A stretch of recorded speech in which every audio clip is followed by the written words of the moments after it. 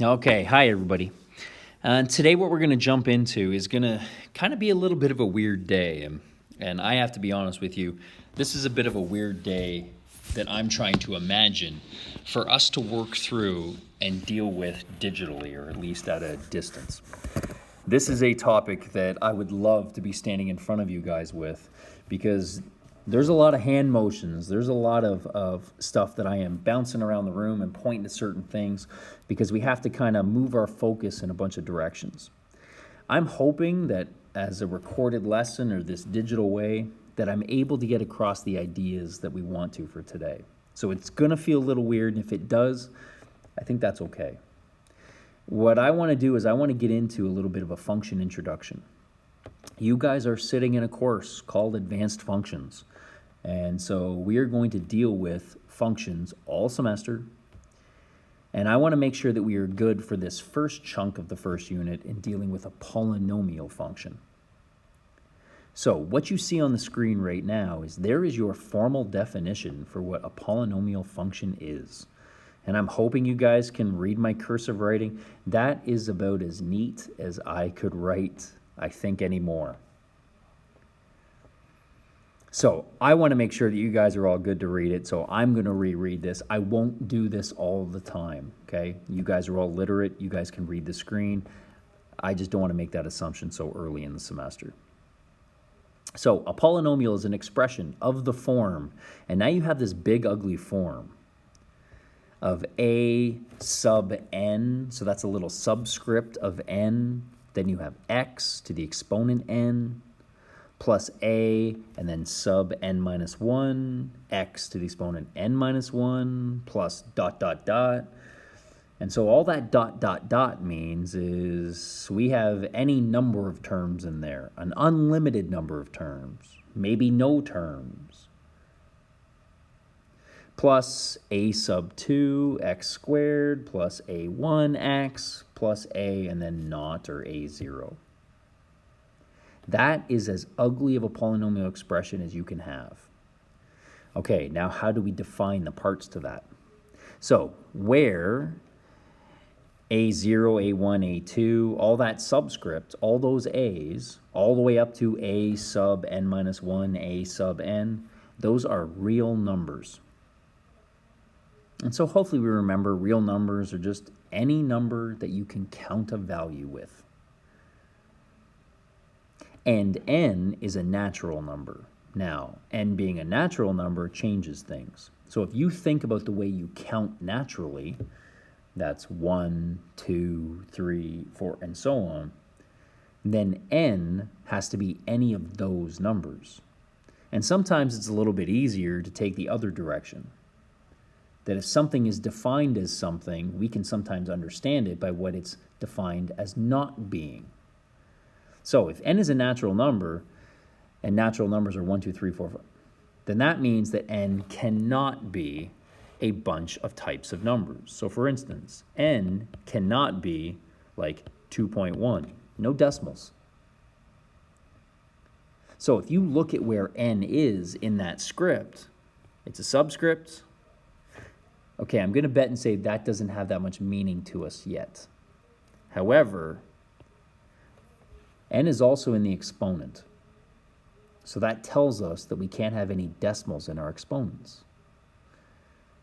Okay, maybe that doesn't have that much meaning to us. But when you then also go, that means that n can't be a fraction. It has to be a whole number. Then you don't have to worry about any ugly roots. It also tells you that n cannot equal 0. Because 0 is a whole number, it's not a natural number. And so all we're really looking at when we look at a polynomial expression is we're talking about grade 9 linear expression, grade 10 quadratic expression, and so on and so on. Okay, let's pick up the pace a little bit, that hopefully now we kind of see what we're dealing with. We should be good that the coefficient of the term of the highest degree is called the leading coefficient. That should probably be background for us. If we jump to the next couple things, then I'm pretty sure that we should all be good that standard form means writing the highest exponent first. And if I do that and then I go in decreasing order, that's called standard form. Standard form is writing it in descending order. The degree of the polynomial is the value of the highest exponent contained in the polynomial. And so quite often then, if we always write our polynomials in standard form, therefore in decreasing or descending order, then my degree of my polynomial can always be determined by my first term. So, a quick little reminder that this was your grade 9 year.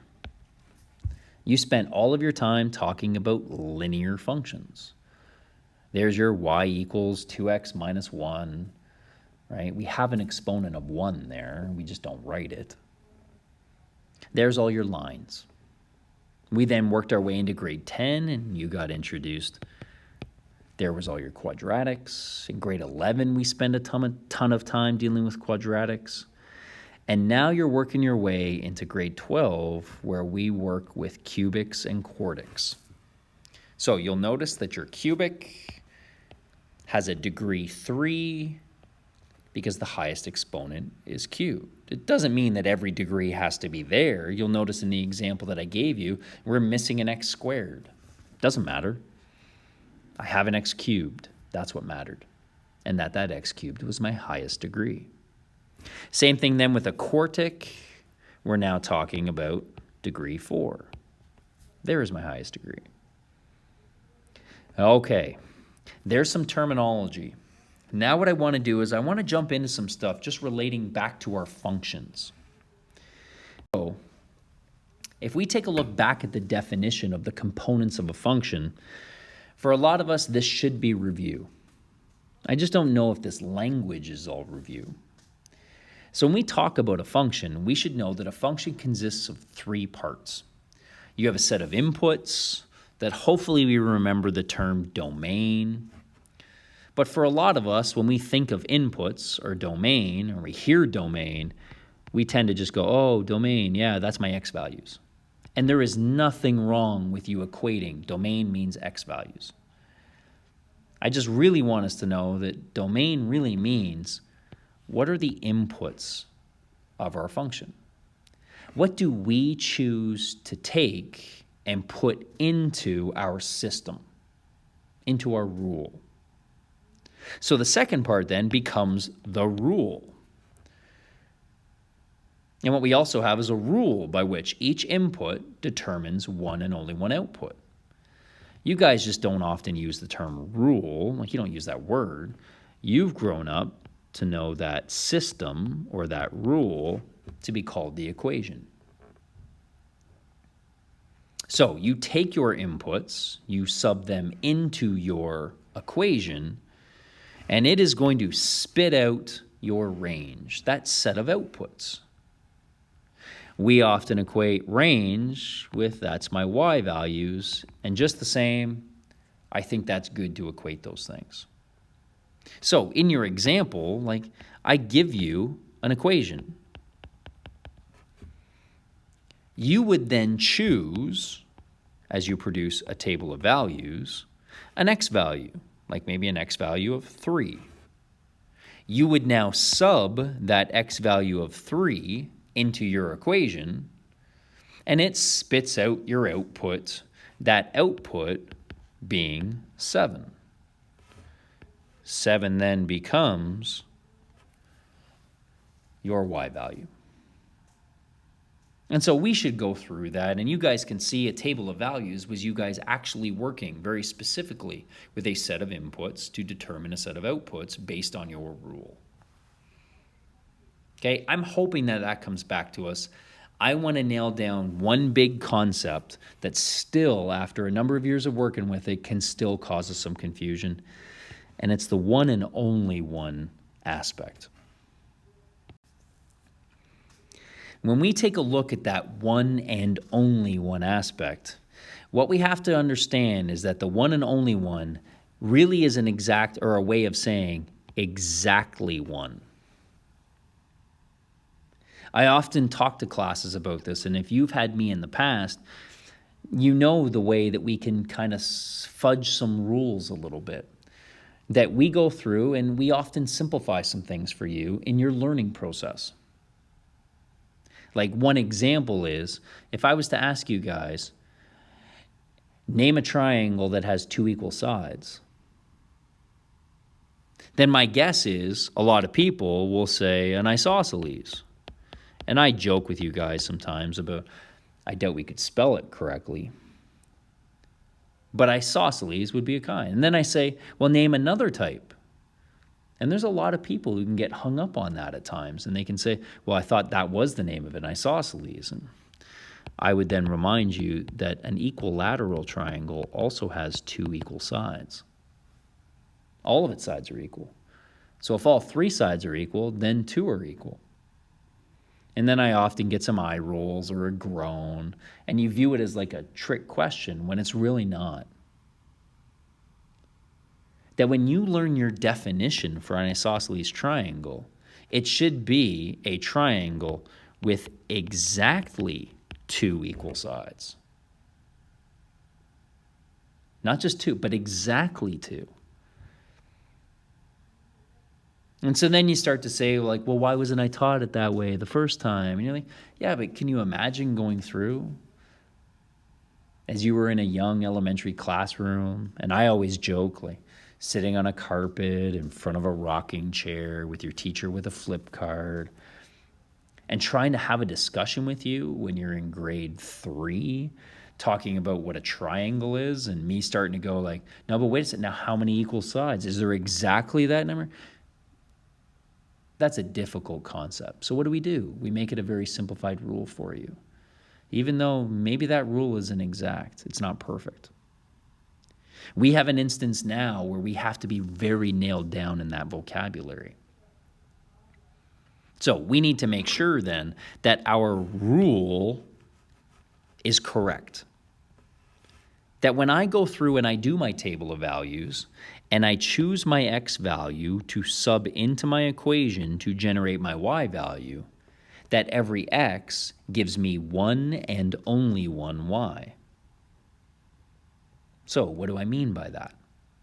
Well, what I mean then is if I was to go through and produce a graph and you were to produce a table of values, then we just can have a generic rule. So let's say I pick an x value of 1 and I sub it into my generic rule and it spits out a y value of 4. Well, then that means that I have the point at 1, 4, maybe up here somewhere. We're good. Each input determines exactly one output. What I have to make sure that I'm good with then is the next time I sub 1 into my function, if I now calculate whatever that rule says, it's going to spit out an output, and maybe it says -2. Well, now my rule gave me 1, -2 as my relationship. That can't happen in a function. Because now this input of 1 gave me two different outputs. And by definition, that means it's not a function. A lot of you guys learned that in previous years, that you would learn that you can't have points above each other. And you actually had a graphical way to test for a function, that being the vertical line test. Can a vertical line cross through your graph anywhere and hit more than one point at any time? Where does this get confusing though? It's because different inputs can produce the same output. So in my table, if I went through and I subbed in -3, and now I allowed that to do whatever it's supposed to do, and then when I follow my rule, it spits out a y value of 4, then I have a point at -3, 4. That's okay. Because two different inputs gave me the same output, that's fine. But I can't have one input giving me multiple outputs. You guys really learn that in grade 10 when you start to address a parabola. Parabolas can have points across from each other. That's okay. But we can never have points above each other. You can in a relation, it just means that it's not a very specific relation, that being a function. You guys come across your first function when you start to work with BEDMAS in grade 6. That is, when you calculate things, they give you one answer and one answer only. So I'm hoping a little bit for us that us walking through that makes us feel pretty comfortable with a function review. Okay, now what I want to jump into a little bit is us getting back used to working with those functions. So what I want you guys to take a look at now is the handout that I attached in your lesson today. And if it's possible, we're going to try to bounce back and forth, either between tabs on a phone, or if you have a laptop or another device, you'll notice up on the top, I want to hop in and I want to play around with Desmos a little bit. Now, how can you get to Desmos? Well, you can just punch Desmos into any browser and then get onto the graphing calculator that way. But you'll also notice if you hop onto our Brightspace, I've put a link on our initial nav bar that'll take you right to Desmos. So we're going to use Desmos to do this. I'm just going to start in the chart because what we see in the chart should be relatively easy for us, and therefore I'm going to complete this chart without jumping to Desmos quite yet. I first want to explain what we need to do. So if you take a look at that first row, we're going to examine f of x equals ax plus b, where a cannot equal 0. And I want you to go through and try to draw a conclusion about the number of x-intercepts for any function that takes that form. I also want you to try to figure out what are the maximum number of changes of direction for any function that takes that form. Okay, so what am I talking about? So when you're playing around with Desmos, and I want you to play around with Desmos on this, what you're going to do is you're going to enter in any function that satisfies that form. So a couple things to help you get going. First off, we know that f of x is a form of function notation that talks about the name of the function. It's also something that relates to its output. So you can always replace f of x with y. Really what I'm asking you to do is to examine y equals ax plus b for those properties. Okay, so everyone should be able to look at that green and say that we recognize that as a line. We should also be pretty good to recognize that line as having a slope of a and a y-intercept of b.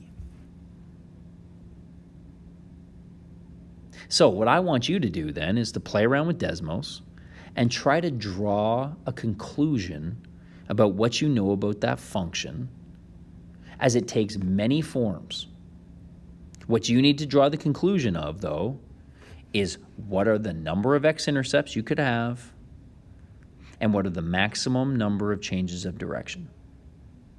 So since this is the first one for us to fill in the chart, let's go through and let's deal with it together. I'm just going to get rid of some of those stars and boxes. Okay.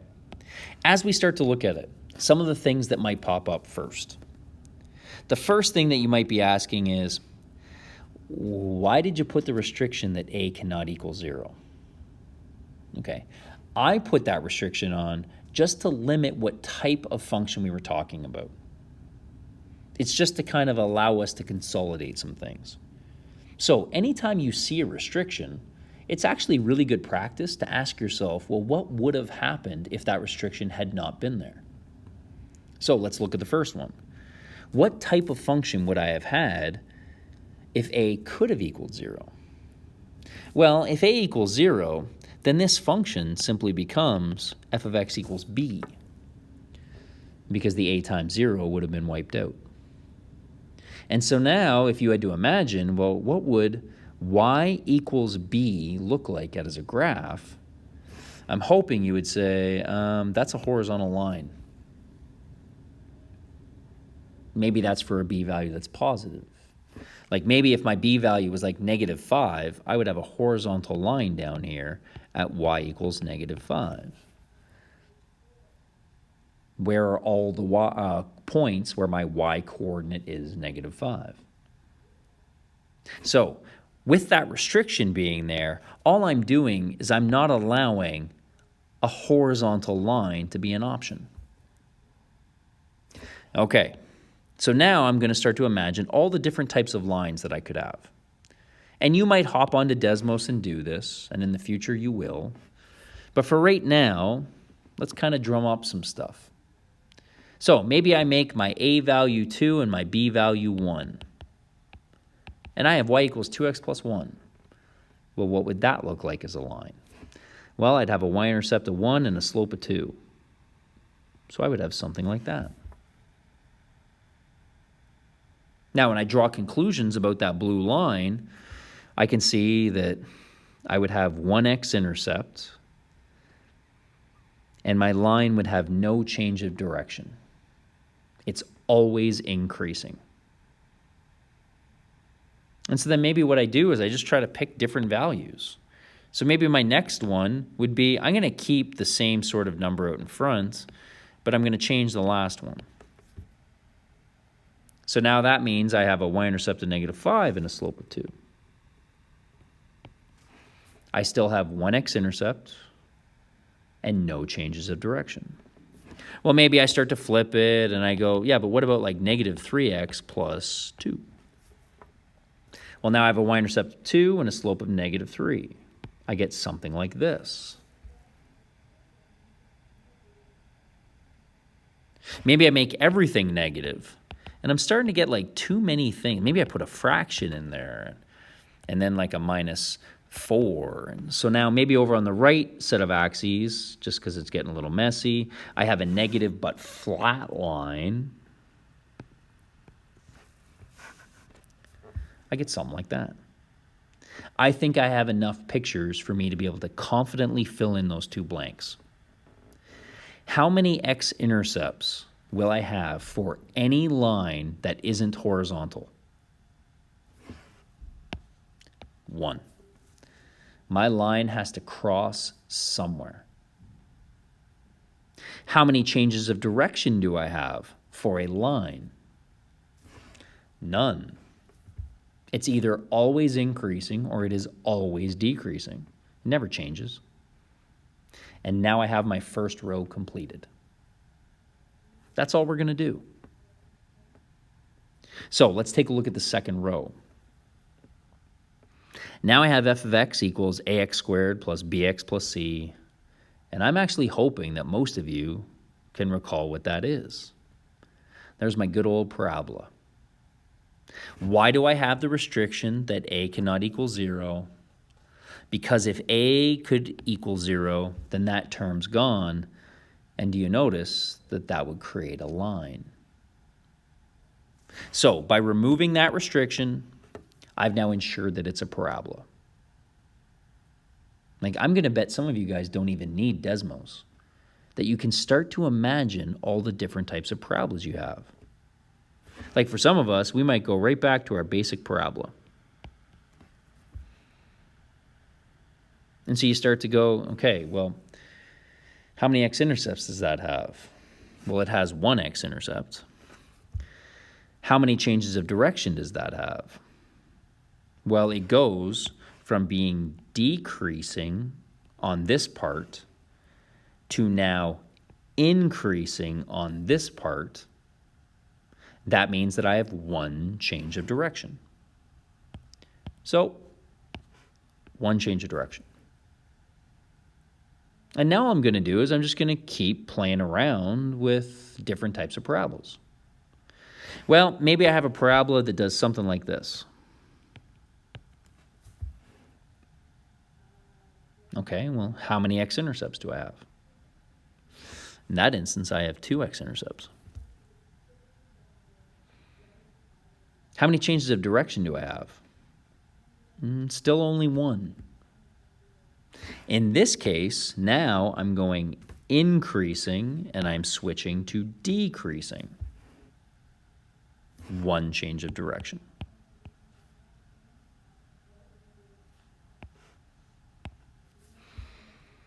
Okay, can you think of any other option that would give a different result?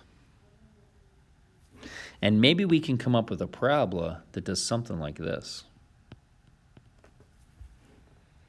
That if I have a parabola that has its vertex above the x-axis and is opening up, my parabola never hits the x-axis. Therefore, I have 0 x-intercepts. Still only have one change of direction. I think we've nailed out everything. So, a parabola has to hit the x-axis. Never, once, or twice. It can't hit it 3 times because then it would cease to be a parabola. Maximum number of changes of direction, it's got to be 1. I go from decreasing to increasing or increasing to decreasing. That's it. And that's how I want us to fill in the chart. So, just a couple reminders now as we go. To fill in the rest of that chart, we're going to start to work with some stuff that we do not have background knowledge in, that it's going to be new for us. And for that, then, I want to make sure that we are good with Desmos. So what you should see on your screen, then, is there is Desmos. And this is what you are going to jump to in another tab, or you're going to go through and hop onto another device. I wouldn't worry about downloading the app for it. I just always hop on it through my browser, but if you find that easier, feel free. So I'm going to go through and I'm going to do everything that we just did. So if I select my function bar, I can now type in,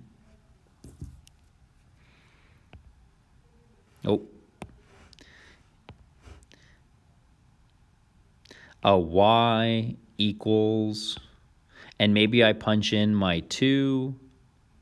There you see on the screen already your y equals 2, so you could see your horizontal line. I can enter in my x. There's my y equals 2x, y-intercept of 0, slope of 2. Add in my 1 is going to shift it up 1. There's my line. Now, depending on your viewing, if there's anybody who kind of wants like a thicker view on it, you can go up and select that wrench up in the top right corner. That's your settings. And if you turn on projector mode, some of you might really like that. I'm going to hop out of there. And you'll notice that what it does is it makes your graph line thicker and then all your individual grid lines a little more noticeable. So if we have something like that, then what you can do is you can select to enter in another function. And maybe now I want to put in like a parabola. So there is my y equals 5x, hit my squared. There's my really steep parabola, minus a 2x, and then minus, 8, maybe something like that. You are probably pretty solid at being able to zoom in or zoom out to be able to see whatever you need to on that shape. And there we go. Okay, I'm going to get rid of both of those graphs because you do have another option. I just don't always like it because it can get a little confusing at times, but you can use sliders. So for instance, if I wanted to enter in y equals specifically a, and now I got to get out of here, x plus b, I could enter in the actual function as it was stated. And then what you'll see come up underneath is your add sliders. I'm going to add a slider for everything, so I'm going to select all. What you'll notice on your screen is that I have a slider for A that runs from -10 up to 10. If I was to then move that slider, I'm now moving or changing that A value. So now, like there's an A value of 5. I got a pretty steep line because A is my slope. Now, it's changed the other direction because my A value is negative. Maybe I put it back to a -1 and I make it my normal 45-degree line. I'm going to delete that stuff and type in my slider.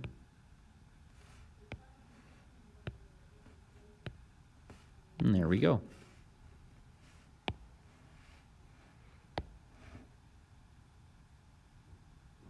Now, as you take a peek, you can do the same thing with B, and you can then use as your slider.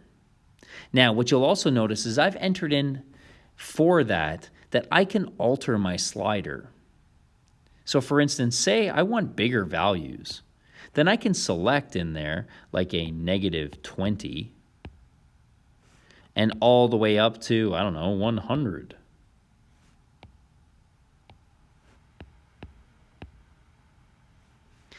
Now when I hop out of there, I just have more range for how I want to move that line.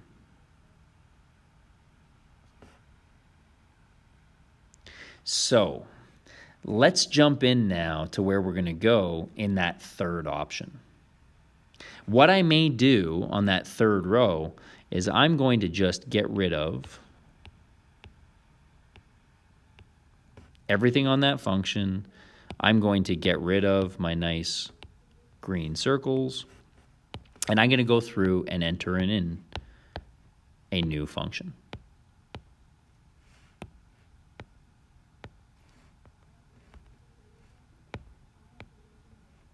There we go. So maybe I go through and I type in y equals, and now I am entering in everything as I go across, but this time for a cubic. So I'm going to put my cubed up top. Now I can go ahead and say plus bx squared plus cx plus d. And I can add sliders for everything. And there's a graph. Some people like the sliders. For some people, it is so confusing that they may choose to just do a bunch of substitutions and replace your A, B, C, and D with a bunch of different numbers. So we could then manipulate what does A do to a function, what happens if my B starts to change, and so on. What about my C? What about my D? And you can really start to see, in some cases, the transformations that occur as well. What I want you to do now is to take that info and let's use it for that next row. So when we look in the cubic row, I want you to play around with Desmos for as long as you need to until you feel confident to be able to kind of sum up your options of what you could complete for number of x-intercepts, maximum number of changes of direction. Okay? I want you to pause the video now while you play around with Desmos. Okay, so we're back. And so you should have had a time to be able to play around and kind of see different types of cubics. So we noticed just at the very beginning that our highest power, highest exponent is a 3, and so therefore we have a cubic. And so as you're playing around with those cubics, we should have saw a few things come up. Like first off, when you entered in, you probably saw a pretty standard cubic. Looks something like that. And so we have an instance then where we had one x-intercept. But you'll also notice that that cubic didn't have any changes of direction. Like that is, even though its curvature changed, it was always increasing. And so therefore we had 0 changes of direction. But then as you started to play around with your cubic, you saw a few other things happen. So as we really manipulated it, I'm going to take a guess and say that this was a very common parabola that we saw. Something like that. And so in that instance, we should be able to see that we had 1, 2, 3 x-intercepts, and that cubic actually changes direction twice. It goes from increasing to decreasing, so there's one change, and then decreasing to increasing, there's the second change. So I'm just going to get rid of all that green on that picture and make sure that we plug in our second change. Well, maybe we figured out that we could get that parabola, or sorry, that cubic to go in this direction. And we got something like that. And we may even been specific enough that we got that this little vertex here, if it occurs on the x-axis, then we can come up with a way to have 2 x-intercepts. How many changes of direction do you still have? Well, we still have 2. So that means that that 2 is going to get rid of that 0 as a max. And I think we pretty much nailed out everything that happened with that. Okay, now I want you to do this exact same thing and play around with a quartic.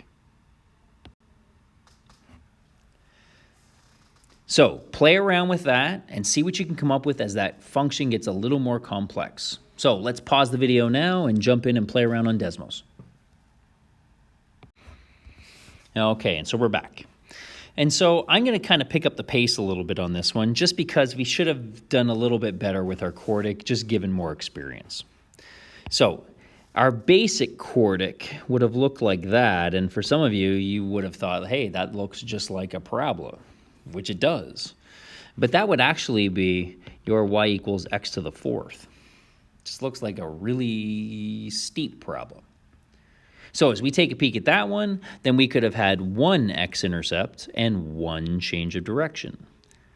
Sorry, I think that whole thing just slid. So let me just rearrange that. And there we go, 1 change of direction.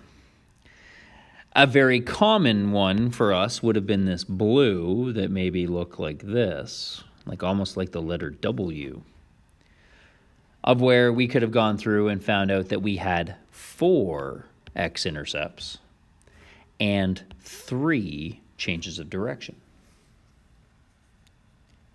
Now, can we start to think, even without Desmos at times, could we draw a quartic that had a different option? Well, one of the things maybe we do is we think about it, what if each one of those vertices, like this vertex and this vertex, just touch the x-axis, but they don't cross? Well, from the changes of direction standpoint, I'm still at 3, but I was able to draw a quartic that only had 2 x-intercepts. And maybe if I drew it that way, you could think of a way to have 3 x-intercepts. Maybe I cross and I cross, but as I loop up, I make sure that I just touch the x-axis, but I do not cross. There's a way for me to get 3 x-intercepts. When I look at that changes of direction, the 3 trumps the 1, and so therefore, my maximum change of direction is 3. Okay, what I want to do is just make sure that we can kind of sum some of this stuff up well. So, when we happen to have our cubic, sorry, I'm going to go right back to a linear. And then we had our quadratic. And then we had our cubic. I'm just going to even, A. And then we had our quartic. For us, our x-intercepts, we should have found that we had at least 1 x-intercept We could have had 0, 1, or 2 x-intercepts. We could have had 1, 2, or 3 x-intercepts. And we could have had 1, 2, 3, or 4. Now, as you take a look and you're trying to scan across for a pattern, you may have figured out that we missed an x-intercept in our quartic. We might be able to see it now. What if I had this quartic that did something like this and it existed entirely down there? That we actually would have had an instance where we could have 0 x-intercepts. Okay, if I look at my changes of direction, and I'm just going to jot that down really fast, then we have no changes of direction, 1 change, 2 changes, and 3 as our maximum number of changes. And there we go. What I want you to do is to look at that very, very crude kind of consolidating table that I just made and see if you can see a pattern. So pause the video now and see if you can come up with a pattern.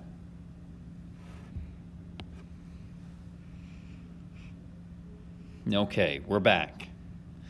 What I might even say is if we were stumbling to find a pattern, I'm going to put the exponent down on each individual and ask you, can you think of a way where you can find that pattern now?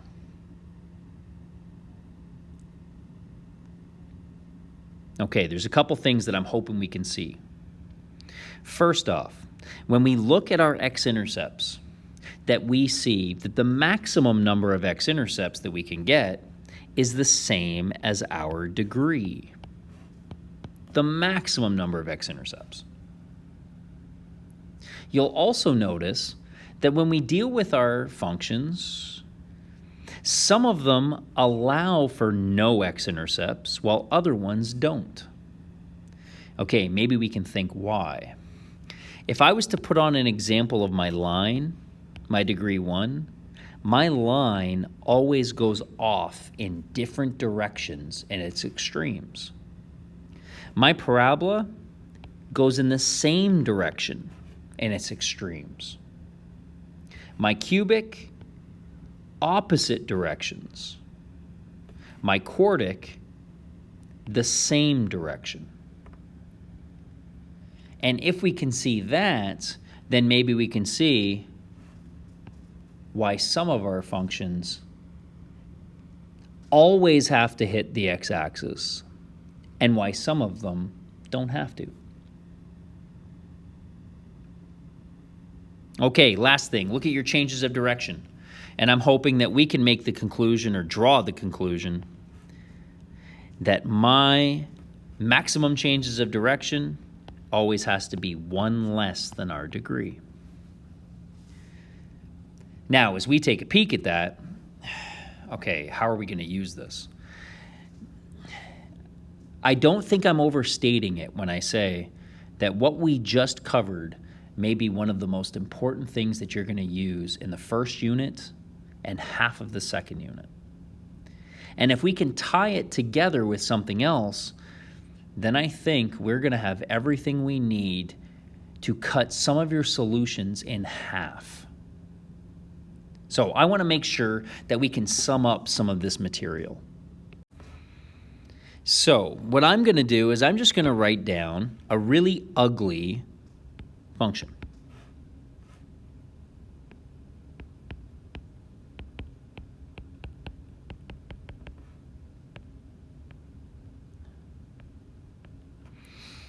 And so say I've got like y equals 5x to the 7th plus 3x to the 6th plus blah, blah, blah, blah, blah, blah, blah, all the way down to negative 15.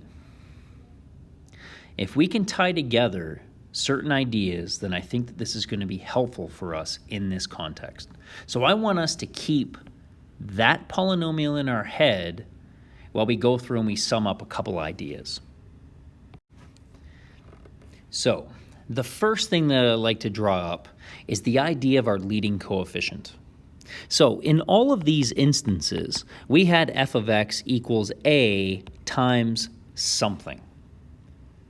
But if that is my leading coefficient, I'm hoping that we recognize some commonalities as a changes values. That when my a happens to be a positive value, my graph always rises to the right. As I go off forever with that function, any last change of direction will always lead my graph up and to the right. So as an example, if I had a basic line, y equals 2x plus 1, my leading coefficient is positive, which tells you your slope was like this. If I had a parabola,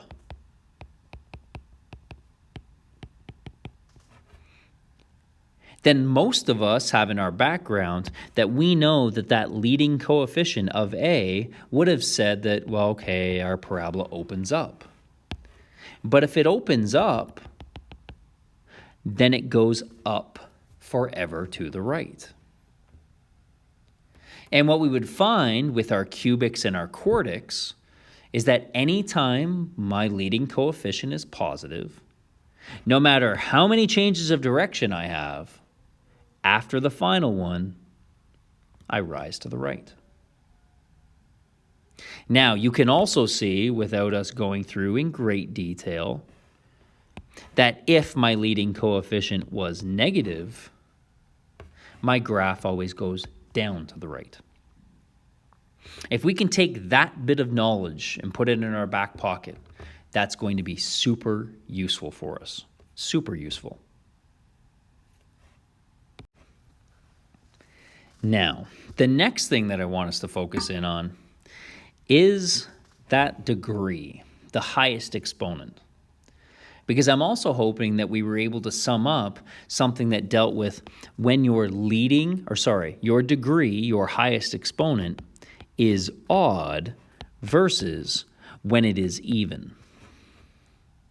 If you take all the functions we just talked about today, if n is odd, then we're talking about an n value of 1. So for instance, a line.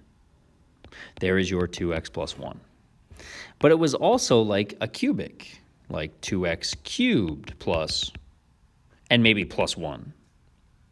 That you'll notice that because my degree, my highest exponent was odd, my graph extended in different directions at its extremes. One direction it's going up, the other direction it's going down. My cubic, we would have found the same thing. Versus when we talk about even. So anytime my leading term, my highest exponent, is even, so for instance, like n value of 2, then I would have had like a parabola. And it doesn't matter what else we had in there, but you would have then had that parabola going off in the same direction. Notice both arrows are going up. You then found out the same thing if we dealt with an n value like 4. That with your quartic, you ended up getting something like this or something like this. In either case, at both extremes, we were going in the same direction. And so if we can tie together that idea of the sign of the leading coefficient along with its degree, then I think we can tie together a couple of very important ideas. And so if I was just to jot back down that really ugly degree 7 polynomial that I just kind of jotted down at the bottom of the last couple pages, then I already know something about that graph. Without even punching anything in, I know two things. I know that degree 7 means my graph is going to go off in different directions at its extremes. So it's either going to be this and this, or this and this. But if I tie together with that, the fact that the leading coefficient is positive, then I know that my graph has to always go up at the end. Then I know that the only option for that graph is what I have in red. My graph has to do something like that. Now, I don't really know what it does in between, but I do know that it has to have at most 6 changes of direction, one less than the degree. So maybe my graph does this: 1 change, 2 changes, 3 changes, 4 changes, 5 changes, 6 changes. Maybe that's what my graph looks like. I don't really know a lot about this. How high do those go? How low do those go? I don't know. But for certain, I know what I've just highlighted in red. So let's take that information, and as I said, that will allow you to cut some of your future solutions in half. And let's make sure that we can sum up everything for today. So, on the back of that page, or on the second page, I guess, we want to use the findings from the investigation just to make conclusions about the graphs for these. And you get any option you want. So, take a look at A. Could you draw a sketch of a function that has an odd degree and a positive leading coefficient? Okay, well, if it has an odd degree, then that means that I'm going off in different directions. If it has a positive leading coefficient, then that means I have to be rising to the right. So maybe I take the easiest graph possible that rises to the right with a positive leading coefficient. With an odd degree. I draw my line. Or maybe I rise to the right and I have a couple changes of direction. But I ensure that I go off in different directions. There you go. Those would both be examples of a graph that satisfies an odd degree and a positive leading coefficient. Well, let's take a look at B. We now need a function that has an odd degree and a negative leading coefficient. So let's just say that I dealt with it this way. I know that a negative leading coefficient means I go down. Down forever to the right. Well, if I then was to tie together with that the odd degree, then that just tells me that I have to go off in different directions. That means going to the left, I've got to be going up. And then I can just fill in the middle any way I like. So maybe I drew a line that looks something like that. Maybe I take it to an extreme. I just know that a negative leading coefficient means I'm doing this. Odd degree then would say that I have to be opposite of that. And then maybe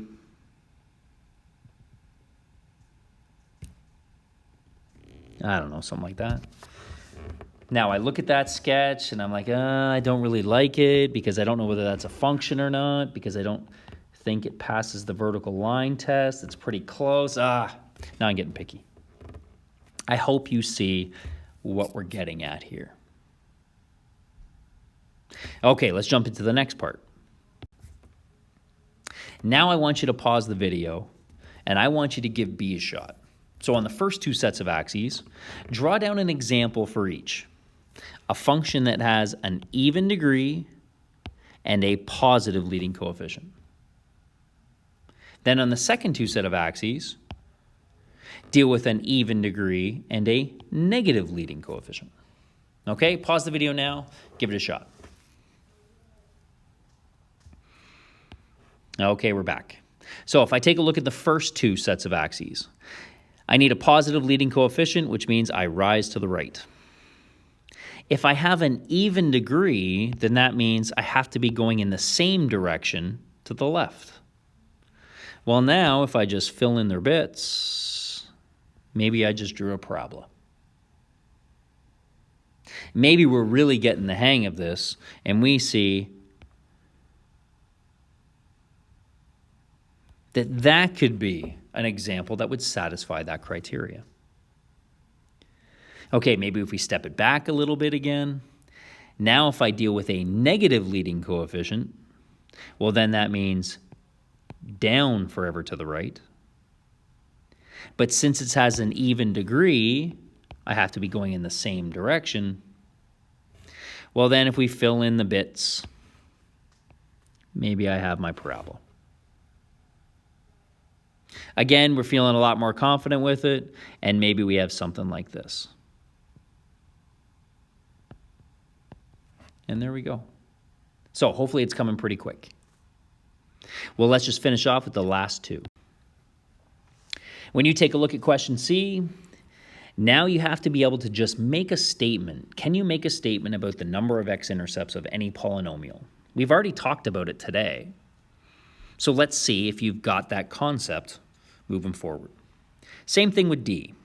So I think you should be able to pause the video and see if you can jot down that relationship right now.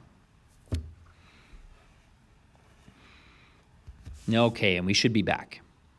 So for us, the number of x-intercepts of any polynomial function. So how could you state the number of x-intercepts? Well, we had the line, which was 1. We had the parabola, which was 2. We had the cubic, which was 3, and so on. So for any function, the maximum number of x-intercepts equals the degree.